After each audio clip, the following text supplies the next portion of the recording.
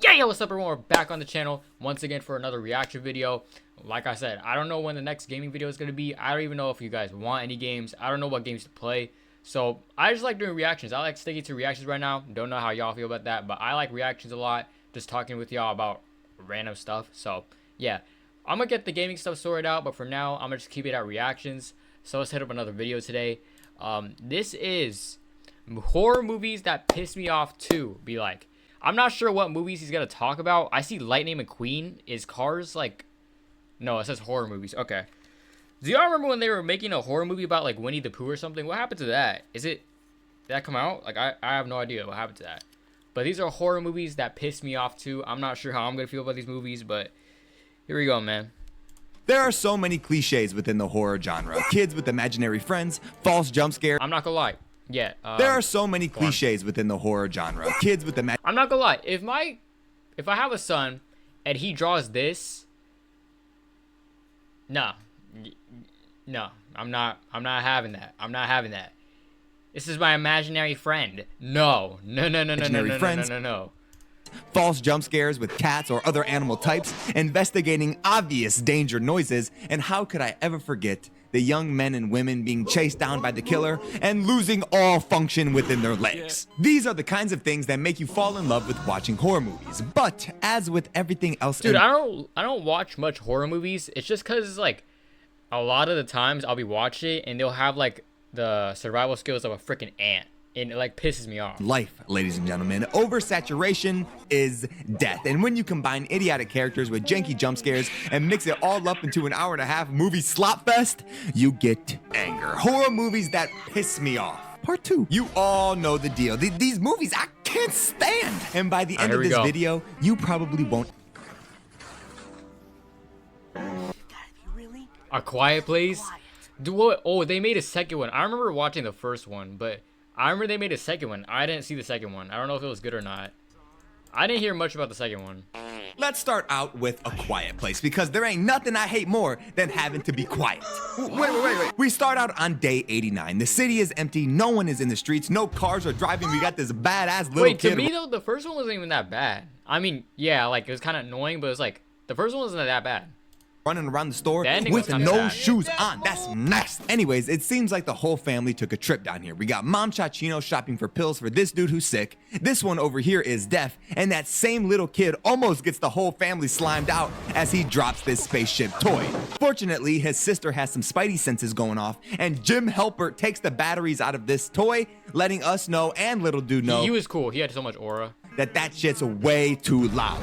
Little dude is clearly upset by this. Little kid pissed me off though. News, so big sister helps him out and gives him the battery-less toy anyways. However, no one in this entire family thought it was a bad idea to leave the batteries in an arm-length distance away from the kid who definitely wants that loud-ass toy. Of course, dude sneaks them. Like, I don't know, like having a kid during this time seems like why would you do that? Like, oh yeah, let's get busy during the quiet times. Yeah, bro. We're walking home, where obviously he loads that spaceship. Have an actual like 4-year-old during this time up and begins to blare that shit. It's so over.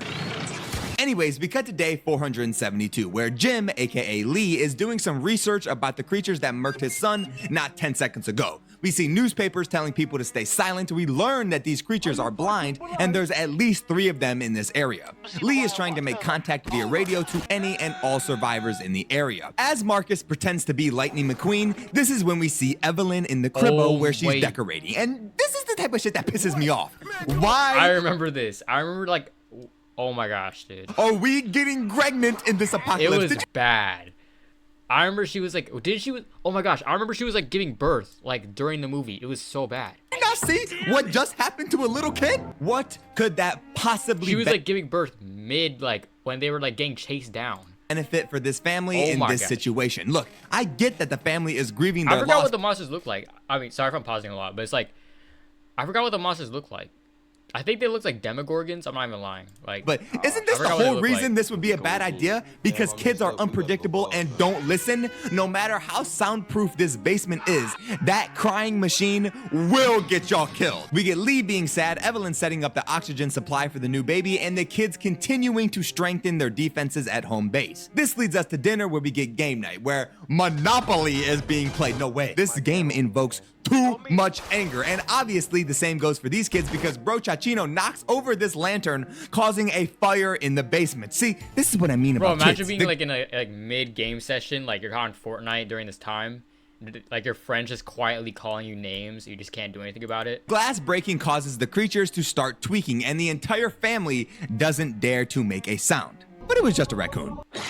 Later in the night, those same raccoons make one too many squeaks and I'm doing my dad. Come on now. This cuts to Lee and Evelyn dancing, trying to find some normalcy in this crazy world. And now it's day 473, where the due date for the baby is coming up, and they have to make some preparations, ladies and gentlemen. This is when Reagan makes her way inside the crib and walks down the stairs. Obviously, Lee is not there was a nail on the stairs. About to let that happen. This is when we get an argument that breaks out between them, and I'm telling y'all, these are some badass kids, man. Lee and Evelyn need to invest in a damn belt because the way these little bastards don't listen, I'm surprised they've lived this long. Lee tries to give Reagan her new hearing aid that he's been working on, but she ain't fucking with it. This gets interrupted by Lee and Marcus going on a mission where Marcus does not want to go on. Reagan offers to go in his place, but Jim denies her. This is when Reagan tries out her new hearing aid, and it don't work. Reagan packs a bag, and now we're at a river where Lee and Marcus catch fish. Reagan hits the jets, and Evelyn unlodges a nail right on the stairs. Yeah. Surely this won't be a problem later. Nah, bro. It was bad. This waterfall, Lee and I remember this scene where it was like there was a waterfall and he just started screaming. Marcus are letting loose because big sound overshadows less big sound, which makes you question, why wouldn't these guys just be by this waterfall perma? Why are we not setting up shop by this apparent safe haven? Anyways, Marcus asks Lee if he blames Reagan for what happened to little bro. He says no, but Marcus lets us know that Reagan blames herself. Reagan visits his grave, Evelyn silently sobs in his old room, and it's very heartbreaking, to be honest. Until, at his grave, Reagan cuts the audio wires on the spaceship toy, completely removing the possibility of tragedy, even when it's turned on. Wait. If that was an option, why are we not doing that in the first place? ASAP, immediately, nullifying this whole thing. Idiots! On the way back home, the boys run into this old dude who just lost his wife. And with nothing else to live for, Bronino decides it's his time. Still in the old room, Evelyn's baby decides it's feeling a little claustrophobic and her water breaks. And Yes, dude. Oh my gosh. She was like in a bathtub, like giving birth. It was so bad. She was trying not to make a sound. Feel a little cheeky nail in this woman's near future. I must be psychic because, ooh, that's gotta hurt. As Evelyn goes full force on that nail, she drops a picture frame. She signals the emergency lights, and they are in the house. A baby on the way, deadly sound creatures in the vicinity, and Lee bitch ass isn't even here. This is not looking good. She grabs a timer for distraction, and Lee spots the red emergency lights. Lee and Marcus plan to launch a firework to give Evelyn some time to have the baby.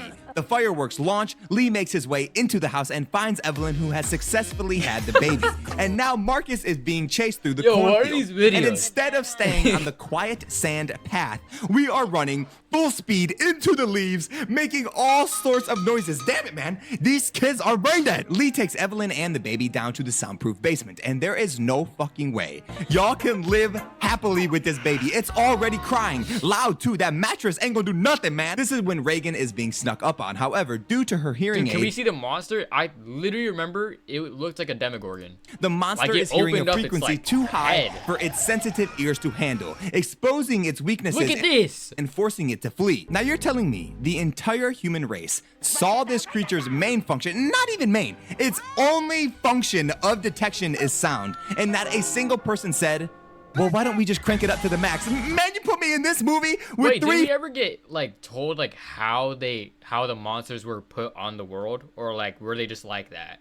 flashbangs, and I could 1v1 one of these bitches. See, this is what pisses gotta me get off. some lore And drop. do not tell me no one thought of it. I done seen it in the Hulk, Invincible, Stranger Things. This must be a parallel universe where every human is a moron. Anyways, Marcus and Reagan meet up. Lee goes to look for them, and the basement starts to flood. And it goes from 0 to 100 because not only is the basement flooded, but one of the creatures is face to face with Evelyn and the baby. remember this. I don't Lee remember spots the kids just as Marcus falls into this grain silo. Trying to save him, Reagan almost drowns, but they're both fine. Until... But once again, the hearing aid forces it to flee. Lee and them meet up. Lee hits this same pose that he's been doing all movie. This is all this dude has done for 2 hours. Reagan turns off her hearing aid in pain, and Lee must think he's Vegeta or something because he screamed. in a sacrificing play, he shouts for the kids to be able to escape. The rest of the family meet up. They get cornered by the monster that just KO'd their father, and this is when Reagan figures out that high frequencies dices these motherfuckers up. She cranks it up to 12 and allows Evelyn to deliver the killing blow. Hopefully, Lee made some spares because everyone in this little ass room is now dead, especially that infant not 5 feet away. This gunshot attracts the rest of the monsters in this area to the farm, and this is what I mean. It was so easy to defeat one of these things. No way the humans lose this fight. Anyways, seeing the battle on the horizon, Reagan and Evelyn load up, and this is where we end. I've just woke up in a fucking steaming mood. This is the second movie, The Babadook. I don't remember this. I didn't see this. Because I live in a shit. We start off the Babadook with this lady, who is in a car crash turned bedtime and getting woken up by starting this out with dude car complaining crash? about some nightmares. We go through the whole shebang of checking the closet, under the bed, even reading hell a little bedtime story. And my girl clearly does not like my Yo, man if I have a because child one day and he's talking about there's monsters under my bed, no, we're not having that. y'all see this distance? This a whole lot of hate. She doesn't even want him hugging And there's monsters in my closet. Yeah, no. her. Something must have happened. She drops him off at school, and then my brethren gets kicked out of school, and now he's trauma dumping on this family at the grocery store. Now we're at a park where this dude is role-playing Stewie calling for Lois. I swear, Samuel is starting to get on my nerves. At night, Amelia reads a book firmly titled Mr. Babadook to Samuel. And what kind of nightmare-fueled book is this? Samuel already has what nightmares. the No hell? wonder bro is a little off. Who wrote this? Does that say dead? Later, Amelia decides to take another look at this book, finally locking it away on top of this dresser. After watching some romantic movies on the television, Amelia gets a little down and dirty in the bedroom, ultimately What? getting interrupted by Samuel claiming the Babadook is in his room. Next Hell morning, no. Amelia plays a little hooky from work trying to get a day for herself. Unfortunately, her sister Claire no longer wants to babysit Samuel due to him scaring the shit out of her daughter Abby. Yeah, I wouldn't And either. I want you If to I was babysitting a child and he's talking about some monsters, like, take a guess hey, you need to take care of your child. on what bro was babbling about. As they eat Get your dinner, son Amelia checked. finds glass within... What the fuck is this? This is what finally pushed me over the edge. I'm Whoa. officially pissed off. And for good reason, because Samuel is almost crushed by this wardrobe falling over as the Mr. Babadook book that Amelia locked away has made its reappearance. She rips it up and tosses that son of a bitch in the trash. Later at Abby's birthday party, she starts rage baiting Samuel, saying that he ain't got no dad and everyone hates him. This leads her to getting her shit rocked and, dare I say, kinda deserved. Sam starts tweaking out in the car, and hell at the no. doctor, Samuel gets prescribed a sedative to help him sleep at night. And crazy enough, it worked actually, and both of them get a good night's sleep. Clearly, this was one too many wins for them because next morning, the book that Amelia destroyed and sent away is back on the steps of the What? front door, this time with new pages. And Mr. Babadook makes a bet with Amelia, I'll make a you a bet that bet. he will get underneath her skin and make her do very evil things. Amelia responds with fire, which then the Babadook responds with a phone call. This makes Amelia ask the police for assistance. And did I mention the police What being are the police gonna do about the Babadook, bro? fucking useless in horror movies as a cliche? Back at the house, Why Amelia does this always happen? This always happens. Whenever there's like a simple thing in a horror movie, oh yeah, let's just call the cops. Brother, you're facing like a full-on monster. What are they gonna do? spots a roach on her shoulder. First of all, ew, and second of all, she spots a bunch of them crawling out of this crack in the wall. This is when social services pulls up, and at a very bad time, I might add. But honestly, we got bigger problems because Amelia sees the Babadook in full flesh for the first time. I'm not gonna let relocate. Get away from this. And if it follows you to your new location, just accept your fate. And it won't be the last, because later that night, the Babadook enters my girl's mouth. Pause on that. Mom is sick and tired and agitated, literally telling Sam to go eat shit. I'm not joking. Why don't you go and eat shit? And if I That's crazy. That is crazy. Oh my I were a god. betting man, I would say the Babadook She's is probably fed going to up. take this one all the way. As I would Amelia be tries too. to sleep, she hears a whisper informing us that something is in the house. This ends up being Samuel trying to call for some help. Amelia Are we does serious? not take this disrespect lightly and cuts the phone lines with a knife. And that's not the only thing she intends to use the knife for. Now we're in Dreamland, where Amelia finds her dead husband, but I think we all know who this is. Amelia tries to run, but it looks like the bets are in and the Babadook won. Amelia ices out the dog, and now she's flying towards Samuel. And my boy, even though he's been pissing me off all movie, kinda puts belt to ass. We're talking dart guns, catapults, even sending a knife through the Babadook's foot. After knocking his mom out with the snare trap, he ties her down like he's Rambo or something. And just as she's about to fulfill the prophecy, Samuel's loving words allow Amelia to tip the scales, and she spits the Babadook out. But Samuel reminds us of the one rule of Mr. Babadook. You can't get rid of him. Samuel gets yoinked. Amelia asks the Babadook what he wants, and in a final scream duel, the Babadook is reduced to its clothing, and the spirit runs away to the shrivel Babadook's back in the naked? basement. The movie ends as these two keep the Babadook as a pet in the basement, feeding it dirt. What the fuck? You don't look like Michael. So you're telling me this movie ends with them forever having to live with a naked Babadook in the basement, and they're gonna have to feed it worms? You look like Mikael Myers. I just had to include Halloween Ends in this video. Halloween 2018, full-blown banger. Halloween Kills, a little less of a banger. And finally, Halloween Ends. This shit was garbage. We start out in Haddonfield, Illinois, where it's Halloween night 2019. Of course. This dude, Corey, is I babysitting didn't watch this, so I have no idea how it's gonna go. I heard it sucks though.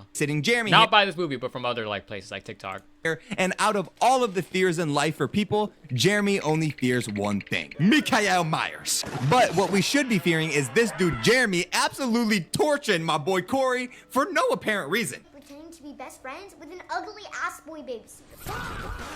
Corey doesn't respond well to this, as Jeremy is now dead, and we get the juiciest of title cards. Now we get a montage of all of Michael Myers' best kills in this series. And Laurie Strode and Allison are living it up. Laurie is burning pies, Allison is a nurse, and Corey is trying to rebuild after the events of earlier. Dang, His we're all boss set gives up. him a beat-up motorcycle, and Allison gets pulled over. This is when a group of teens ask Corey to buy them a couple of beers, but Corey here is not messing with the law. They recognize him as quote-unquote, You're that psycho babysitter. He killed that kid. now, in this title that you just gave this man, why would you start messing with him? He's accused of a murder. I hope Michael Myers kills these people first. Laurie will do for now. As they slash the bully's tires, they head to the doctor's, where Corey and Allison trade flirtation. With Allison taking the first leap and asking my brethren out on a date. Oh my god. Now we're at a Halloween party, where we get dancing and photos and people trying to get me demonetized, damn it. But this is the least of our problems, because Jeremy's mom is there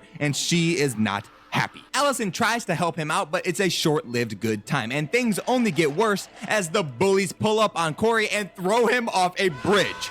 And is Pennywise in this bitch? Because why is my man's being dragged into the sewers? And now my boy's being choked by Michael Myers, but he gets let go? What is Michael doing, and why is Corey not the killing this Michael homeless Myers I man? know. Corey goes to tell Allison and Laurie, but ends up bringing her to the house where Jeremy took a swan dive. Allison's ex, Doug, is trying to little bro Corey right in front of Allison, to which Corey responds with a tag team Hardy Boys matchup with Michael in the sewers. This tag team was not a one-time deal, as Corey and Michael lay the smackdown on Allison's nursing friend. My boy tries to step up to the big dog, and did Michael just lose a 1v1 to this man Corey?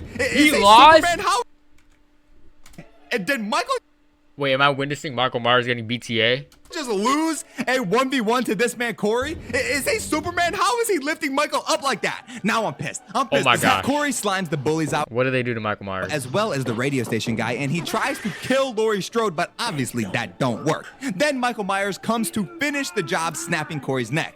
Laurie and Michael fight, and Damn. Michael Myers gets Oh my crushed, gosh. and we end off with another classic speech from Laurie. A whole Halloween movie, and Michael Myers was in it for like 10 minutes. Man, fuck this shit. Overall, I don't Wait, that's often all feel we get? Just some stupid fight scenes? Wait, finish the job snapping Corey's neck. so all we got was like Michael Myers like choking out some bully or someone, and then like a fight scene Now where I'm he's getting pissed. BTA, Pissed as heck. Corey slimes the bullies out as and well then he snaps his neck. as the radio station guy, and he tries to kill Laurie Strode, but obviously that don't work. Then Michael Myers comes to finish the job, snapping Corey's neck. Laurie and Michael fight, and Michael Myers gets crushed, and we end off with That's it. He gets crushed. another classic speech from Laurie. A whole Halloween movie, and Michael Myers was in it for like 10 minutes. He Man, barely fuck shows this up in shit. Overall, I don't often feel pissed off when watching movies, but 9 times out of 10, if I am, it's because it's a boo-boo horror movie. I hope Sucks. Like, what's the point in making this if he's gonna show up for like 10 minutes? you enjoyed the video. Let me know in the comments which horror movies pisses you off the most, and what else you'd like me to talk about. I'll see you. I didn't even get to watch this movie, and it just kind of pisses me off in like a certain way. But okay. But yeah, that's it, man. That's all the horror movies. Let's get it.